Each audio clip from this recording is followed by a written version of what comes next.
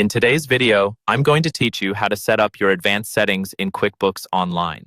These advanced settings are the backbone of how your data is recorded, reported, and protected, so taking a few minutes to set them up properly will save you a lot of time and confusion later on. Let's start with the accounting section. Here, you'll choose your fiscal year and your tax year. For many businesses, these match the calendar year, but if your accountant has advised a different year-end, make sure you reflect that here. You'll also select your accounting method, cash or accrual.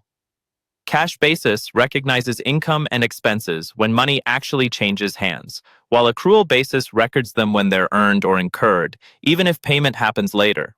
If you're unsure which to choose, check with your accountant or tax advisor. Finally, set a closing date. This locks prior periods, so no one can accidentally change past transactions after you've finalized your books or filed taxes. Next, move to the company type section. Here you'll specify the tax form your business uses, such as a sole proprietorship, partnership, corporation, or nonprofit. This setting helps QuickBooks format certain reports and can affect how information is grouped for year-end reporting, so choose the option that best matches your legal structure.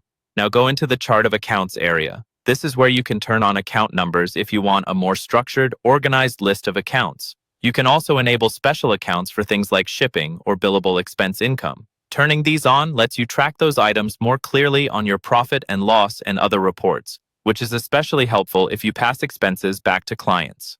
In the Categories section, you can add class and location fields to your forms. Classes and locations give you another layer of tracking, so you can see income and expenses by department, region, or project type.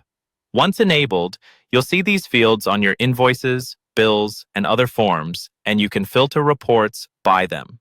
Next is automation. Here, you can set up rules that pre-fill forms for you and automatically apply debits and credits. This can include things like automatically applying credits to open invoices or using bank rules to categorize transactions.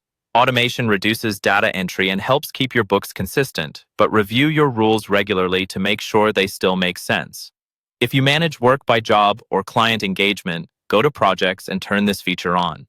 Projects let you track sales, expenses, and time by project, giving you a clearer view of profitability on each job.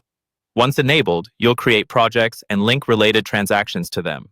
Finally, if your business deals with foreign customers, vendors, or bank accounts, head to the Currency section and turn on Multi-Currency. This feature, available in certain QuickBooks Online plans, lets you assign different currencies to customers and suppliers and tracks exchange rate impacts automatically. Just keep in mind that once multi-currency is turned on, it can't be turned off, so make sure you truly need it before enabling it. By walking through each of these advanced settings carefully, you'll set up QuickBooks Online to match the way your business actually works, making your reports more accurate and your day-to-day bookkeeping much smoother.